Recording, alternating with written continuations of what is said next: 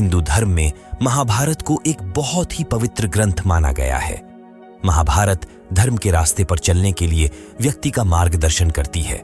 साथ ही महाभारत में भगवान श्री कृष्ण ने कलयुग को लेकर कई ऐसी बातें बताई है जो कलयुग में सत्य हो रही हैं। महाभारत में कर्म, अर्थ और जीवन जीने का अद्भुत ज्ञान है। ऐसा कोई भी ज्ञान नहीं जो महाभारत में वर्णन ना किया गया हो। वहीं महाभारत में भगवान कृष्ण हमें बहुत सी सीख भी देते हैं और साथ ही हमें हमारी कमियां भी बताते हैं।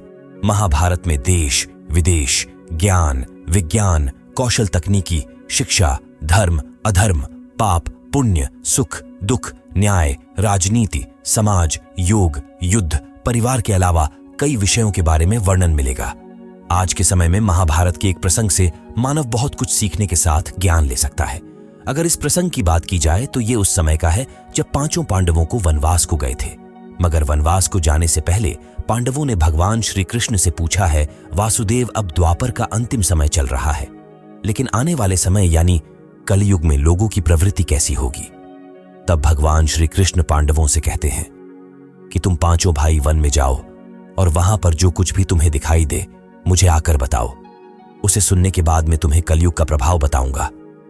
उसके बाद पांचों भाई वन में अलग अलग दिशा में चले गए और वहां उन पांचों ने जो कुछ देखा उसे सुनकर आप भी दंग रह जाओगे, क्योंकि वन में जब उन्होंने ऐसी चीजें देखी तो उनके भी पैरों तले जमीन खिसक गई।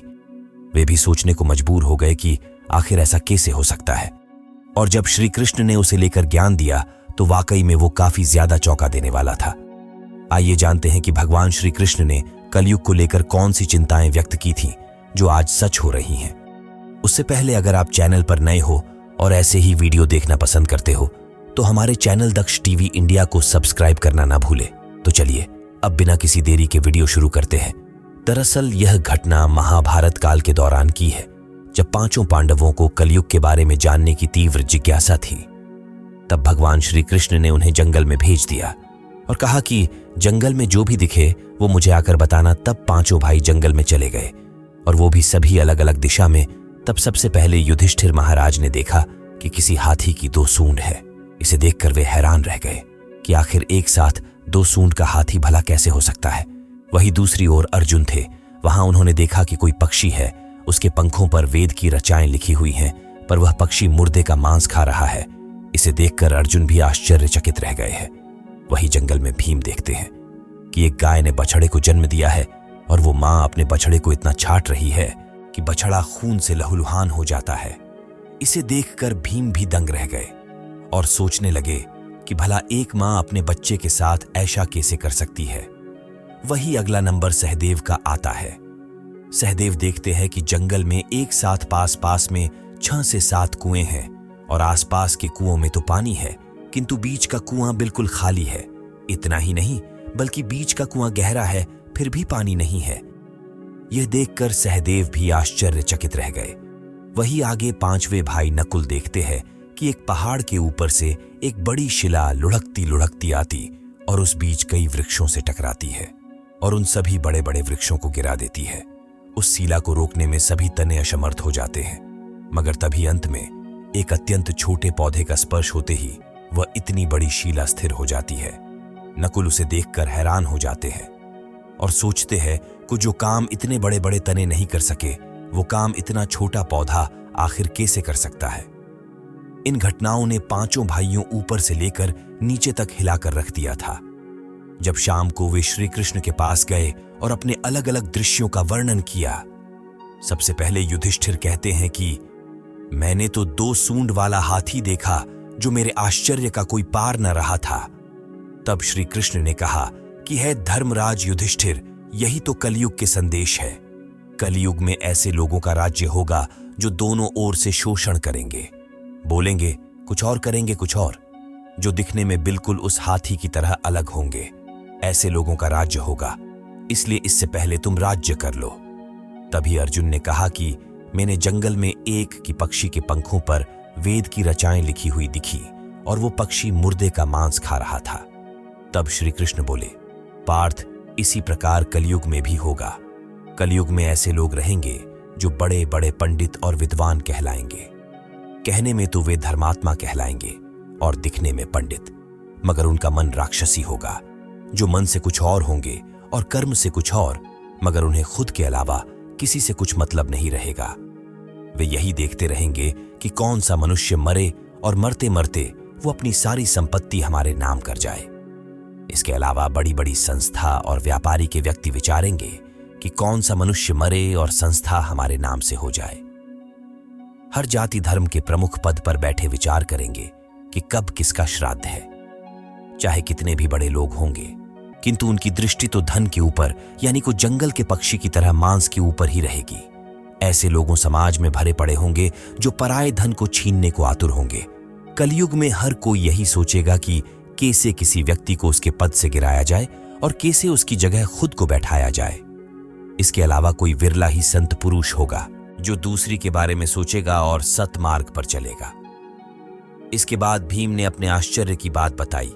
भीम ने तीसरा आश्चर्य देखा कि गाय अपने बछड़े को इतना छांटती है, बछड़ा लहूलुहान हो जाता है। इतना सुनकर कृष्ण कहते हैं कि कलयुग का आदमी शिशुपाल हो जाएगा। अपने बालकों के प्रति इतना ममत्व भाव होगा कि उन्हें अपने विकास का अवसर ही नहीं मिलेगा।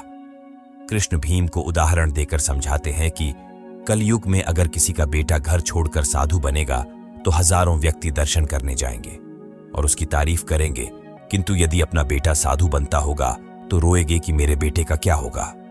इतनी सारी ममता होगी कि उसे मोहमाया और परिवार में ही बांध कर रखेंगे और उसका जीवन वहीं खत्म हो जाएगा। अंत में बेचारा अनाथ होकर मरेगा और वो कभी अपने जीवन को मोक्ष नहीं कर पाएगा।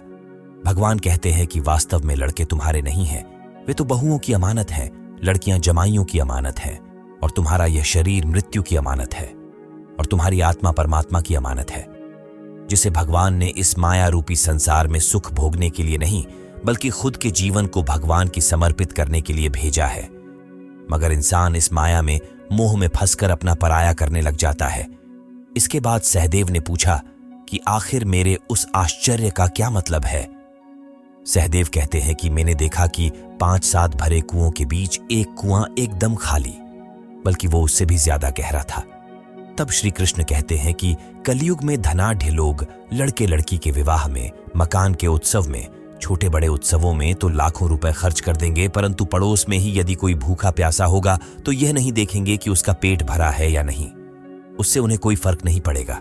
वही दूसरी ओर मौज मौज में शराब, कबाब, फैशन और व्यसन में पैसे उड़ाएंगे, किंतु किसी के 2 आंसू पोंछने में उनकी रुचि नहीं होगी, और जिनकी रुचि होगी उन पर कलयुग का प्रभाव नहीं होगा, उन पर भगवान का प्रभाव होगा।